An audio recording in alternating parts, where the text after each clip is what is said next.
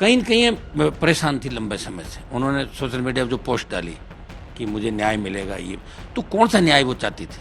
हमसे तो कभी जिक्र नहीं किया। हमें कोई लेटर लिखती, कोई बात करती, इनके पिताजी करते, हम निश्चित रूप से उस बात पर संज्ञान में लाते। तो निश्चित रूप से आसपास के जो लोग हैं या कंपाउंडर है या क्या रिएक्शन क्या, ये सारी बात सामने आ जाएगी। निश्चित रूप से प्रेम बाईसा मुझे लगता है कि इनकी हत्या हुई है। ब्लाइंड मर्डर कह के छोड़ दिया था, बहुत पीछा करते जब खुलते हैं 10-10 साल बाद। किसको पड़ी यहाँ पे, कौन परवाह करा साहब? लोग यहाँ भूलने की आदत, लोगों की एक बात होती दूसरे दिन भूल जाते हैं। मैं राजस्थान सरकार से मांग भी करूंगा कि साधु संतों ने भाजपा की सरकार हमेशा बनाई, दौड़ते रहते हैं। जब साधु संत ही सुरक्षित नहीं है, वही न्याय मांग रहे हैं, तो फिर आम आदमी कैसे सुरक्षित होगा? इस मामले को पार्लियामेंट के अंदर मैं उठाऊंगा। और आप प्राइवेट हॉस्पिटल से जाके और उनके पिताजी रोते हुए कि इंजेक्शन दे दिया, मौत हो गई। या तो जो इंजेक्शन दिया है वो गलत था, या इंजेक्शन के अंदर दूसरी कोई चीज होगी जिनसे इनकी मौत हुई। जहर हो सकता है, कुछ और हो सकता है। साध्वी प्रेम बाईसा की मौत कैसे हुई, इसको लेकर के हमारे साथ बातचीत करने के लिए मौजूद हैं सांसद हनुमान बेनीवाल। सर, इसको लेकर के लगातार सवाल उठ रहे हैं, आप किस तरीके से देख रहे हो? क्योंकि जो पोस्टमार्टम रिपोर्ट है उसका भी इंतजार किया जा रहा है, इसके साथ साथ बहुत सारे सवाल उठ रहे हैं। देखिए, साध्वी प्रेम बाईसा की जैसे ही मौत हुई, उनके पिताजी का मेरे पास टेलीफोन आया था 6-7 बजे। उस समय मैं अटेंड नहीं कर पाया, मेरे पास किसी और का फ़ोन है। मैंने तुरंत वापस फ़ोन किया उनके पिताजी को। मैंने कहा क्या हो गया?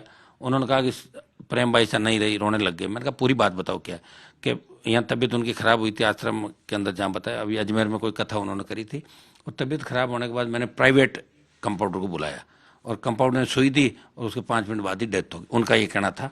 और देखिए, प्रेम बाईसा को बचपन से इनको मैं लोगों मेरे 15 साल से मैं जानता हूँ। जब ये बचपन से कथा करती थी, बहुत अच्छी कथावाचक और किसान की बेटी थी, और घुल मिल के सबके बीच रहती थी।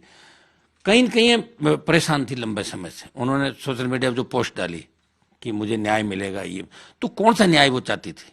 हमसे तो कभी जिक्र नहीं किया। हमें कोई लेटर लिखती, कोई बात करती, इनके पिताजी करते, हम निश्चित रूप से उस बात पर संज्ञान में लाते।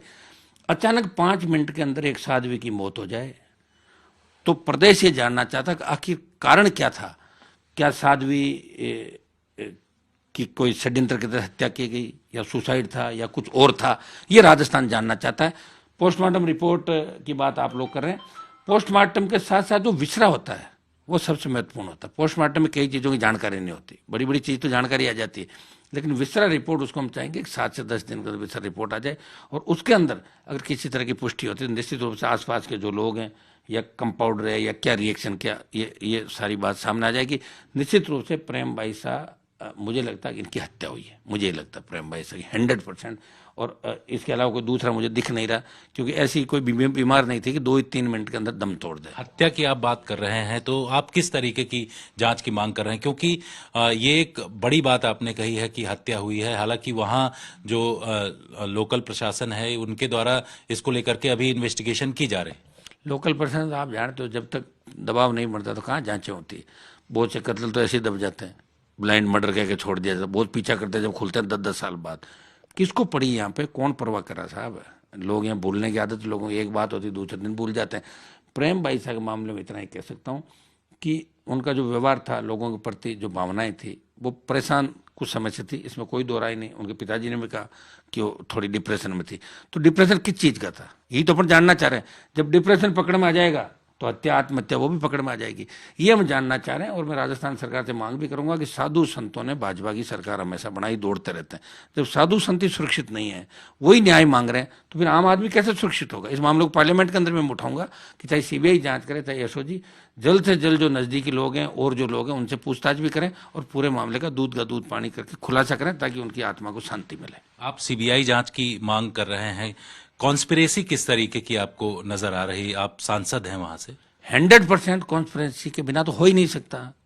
देखिए, जिस तरह का मामला बन रहा है कि 4-5 मिनट में डेथ हो जाए, और आप प्राइवेट हॉस्पिटल से जाके और उनके पिताजी रोते हुए कि इंजेक्शन दे दिया, मौत हो गई।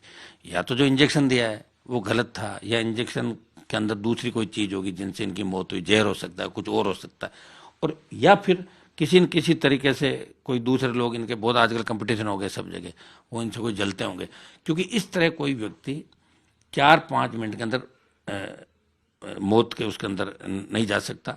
कहीं न कहीं कॉन्स्पिरेंसी हुई है, और ये खुलासा जब होगा जब विसरा भी आ जाए, एक बार पीएम रिपोर्ट आ जाए और आसपास के जितने भी लोग हैं, जो जो लोग संदिग्ध हैं, उनसे कड़ाई से पूछताछ होती ही हो जाएगी। और क्या, 2 मिनट के अंदर खुलासा हो जाएगा आखिर कारण क्या था, डिप्रेशन का क्या कारण था, वो पोस्ट जो उन्होंने करी कि मुझे न्याय मिलना चाहिए, वो कौन सा न्याय चाह रही थी, वही तो अपन चाहते हैं, वही तो खुलासा होगा इसका। वही देश जानना चाहता, प्रदेश जानना चाहता, पार्लियामेंट के अंदर भी मामला उठाऊंगा। बहुत से लोगों की जन भावनाएं उनके साथ जुड़ी हुई थी और उनकी मौत को बिल्कुल ऐसे हम नहीं जाने देंगे, खुलासा करा के दम लेंगे। बिल्कुल। तो साध्वी की मौत को ऐसे जाने नहीं देंगे, इसको लेकर के सांसद हनुमान बेनीवाल की तरफ से कहा जा रहा है कि सीबीआई जांच भी होनी चाहिए, संसद में भी इस पूरे मुद्दे को उठाया जाएगा। कैमरामैन अजय ठाकुर के साथ जितेंद्र सिंह।